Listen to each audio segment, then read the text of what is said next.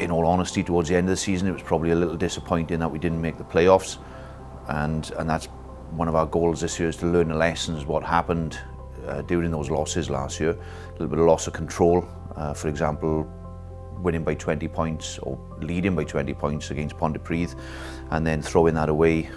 Yes, we picked up a yellow card, but a little bit of naivety in our game.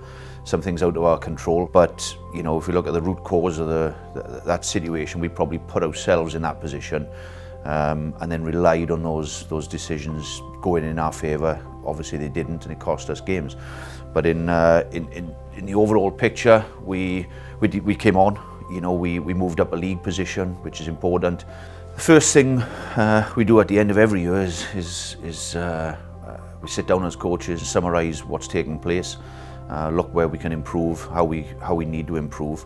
And one of the areas was consistency, and we felt that we could improve on fitness. Now, I thought our fitness levels last year were excellent. We certainly never lost any games because of fitness.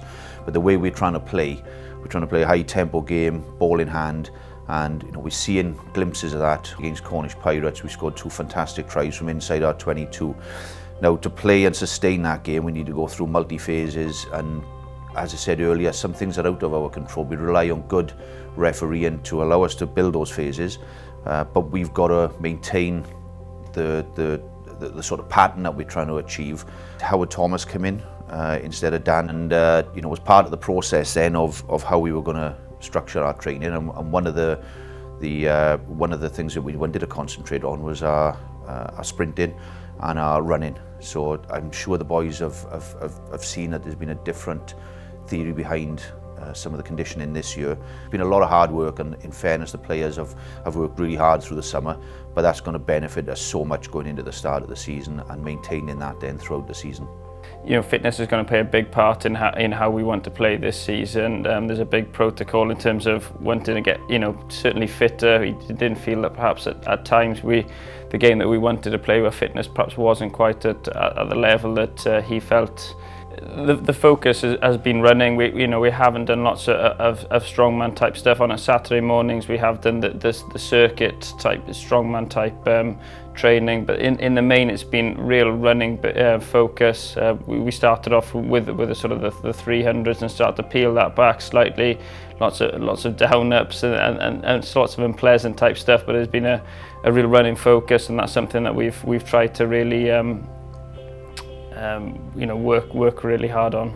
As well as looking after the players in between games, we want to make sure that those fitness levels are kept on top of, and it'll just allow us to flow through week to week. I think there's always a feeling that we tend to slip off the fitness, so there's no point doing loads of it over pre-season. Be great for the first 3 or 4 games and then allow that to slip off afterwards. We want to stay on top of it. We want to be one of the fittest teams in the Premiership, and that's the aspiration, and that's what we're trying to achieve. Look forward to a really good season.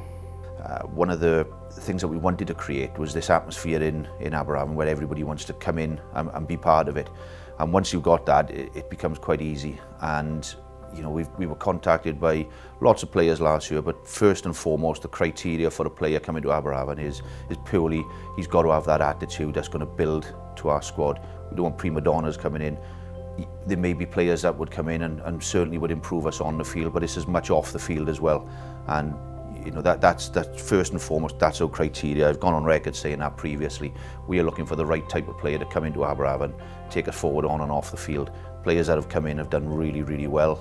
With the new league changes this year, obviously we've got to adapt, and one thing we're pleased at is there's more games, so we can get regular rugby. We're obviously going to try our hardest, and our aim is to finish in that top 8 after the first round of matches, and then obviously go into the work hard to get into the playoff scenario.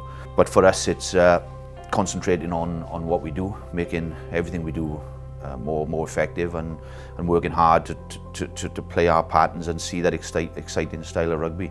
But looking at it in general, it's quite an exciting league, and I think it should add to the Welsh Premiership. Obviously, it's every side wants to win, but I think there's a bigger picture in the Premiership, and certainly the way we're trying to play in Aberavon and many other Premiership teams, it's about development as well, and developing young players to hopefully go on and earn professional places, contracts with regions or professional clubs. But I think we've got to buy into the theory that the Premiership is a multi-purpose at the moment, and I genuinely think that to develop players you've got to set the right structures in place. For example, you know, it works for us that we train 3 nights a week. Now, you know, that works for us, and we've seen great benefits in skill levels, accelerate fitness levels, conditioning levels, as we talked about earlier. You know, it put us in a really good place. And if we're going to compete for playoff places at the end of the year, you know, we've got to become better at everything we do. I think the supporters in any club to drive the team forward are vital. You know, as I said earlier, we've got a number of factors to fulfill at Aberavon. First and foremost is, you know, it's got to be an enjoyable place. Everyone's got to enjoy coming here. We've got to enjoy our rugby on the pitch. We've got to enjoy training. I've gone on record in the past as saying Aberavon are the best supporters on the league, and I'll stand by that statement every day of the year. You know, we get great support off our supporters. Many turn up to watch our training sessions, and it's really pleasing that, you know, we can spend time with the supporters after the game and celebrate good performances and good wins. And I know it means so much as a former player of Aberavon. You know, when you hear that Avon chant and things are starting to click on the field, it's huge. And you know, I think when you come to an away ground and you know that there's good support there, that makes a massive amount of difference, and I think that will always be the case. So we are really grateful for the support we get here, and hopefully we can repay them with some good performances this year.